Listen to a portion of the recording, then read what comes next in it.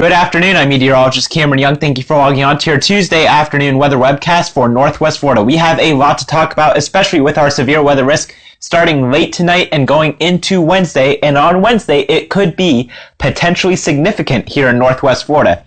Wednesday night and Thursday, we clear out and we're left with much colder temperatures as we head through the rest of this week and into the weekend. Our main focus is going to be the severe weather risk in this webcast. Future radar from the NAM 3-kilometer model, thanks to pivotalweather.com. So showers and thunderstorms developing late tonight into tomorrow morning. Some of them could be strong to severe, and we're not expecting like a widespread event that we saw yesterday with lots of heavy rainfall all day long. We're talking about isolated to scattered thunderstorms that will develop and move through our area, and we could see a couple rounds of these during the day. So you have to be on guard tomorrow with potentially dangerous weather. We have to have several ways to get warning. Severe weather risk tonight, you're going to want to have that weather radio by your bed and the phone volume turned up so you can get those wireless emergency alerts. A slight risk of severe weather is in effect for areas of Escambia and Santa Rosa counties, mainly the northern parts of those counties. A marginal risk is in effect for areas from Cantonment to Destin and up to Florala. And then areas to the east of that are not expecting severe weather tonight, but you can expect severe weather across all of Northwest Florida during the day tomorrow. We have a moderate risk of severe weather. That is a level 4 out of 5 for just about everyone here in Northwest Florida. It's an enhanced risk for areas such as Panama City and Weewah down to Mexico Beach. And then for areas of southern Gulf County, it's a slight risk of severe weather, but just because it's a lower risk of severe weather does not mean you should be preparing any less. You need to be prepared for severe weather tomorrow, and it could last all the way through the evening hours tomorrow. And we're also talking about the threat of potentially significant severe weather. What is significant severe weather, however?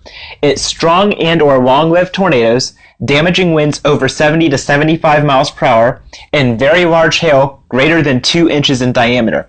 Those are all possible tomorrow. It's not saying that we will see them, but you need to be prepared for severe weather tomorrow. One of those ways that you can be prepared is to join me on Facebook Live. I will go live whenever tornado warnings are issued for Northwest Florida. That's anywhere between Escambia and Gulf counties. And also, anytime that I think that there is a substantial severe weather risk during the day tomorrow. So you can get notified when I go live by going onto my Facebook page and click on the following button, which is next to the liked button. Go down to where it says notifications and click the on button. You'll see a little check mark appear next to on, and you will be notified when I go live. So keep up with that, but I should not be your only source. The National Weather Service is the official source for all warnings, and they should be followed as well. Tonight's forecast, isolated thunderstorms developing mainly after midnight and especially after 3 a.m. They could be potentially severe as we head through the late night hours into the pre-dawn hours. It will be very warm and humid, however, with lows in the upper 60s to lower 70s. Tomorrow it will still be warm. Highs will be in the mid 70s to lower 80s. But strong to severe thunderstorms are likely with windy conditions, winds out of the south at 15 to 25 miles per hour. So tomorrow you should know where your safe place is at home or at work. It needs to be inside of a sturdy building on the lowest floor. If you have a basement, go there. If not, then the first floor of your building.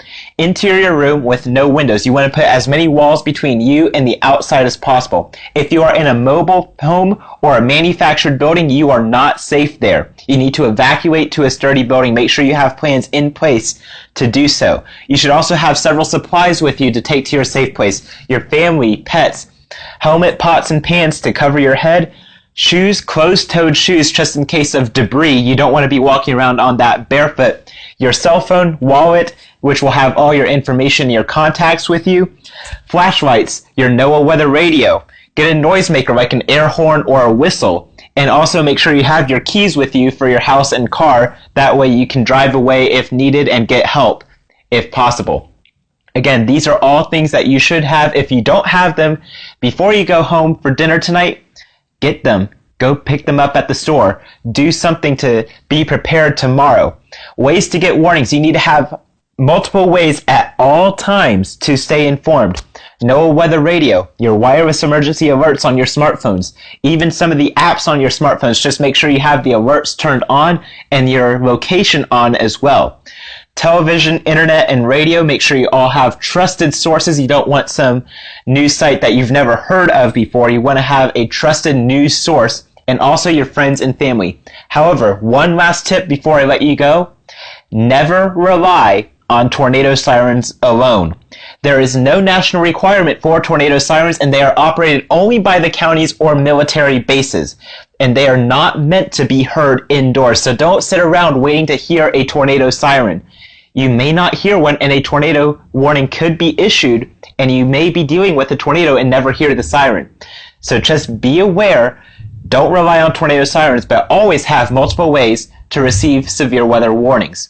I'm meteorologist Cameron Young. Thank you for logging on to your Tuesday afternoon weather webcast. I hope you have a fantastic day, and make sure you stay tuned to my Facebook and Twitter pages for further updates on the severe weather risk as we head through tonight and your day on Wednesday. Thanks for watching. Have a great day.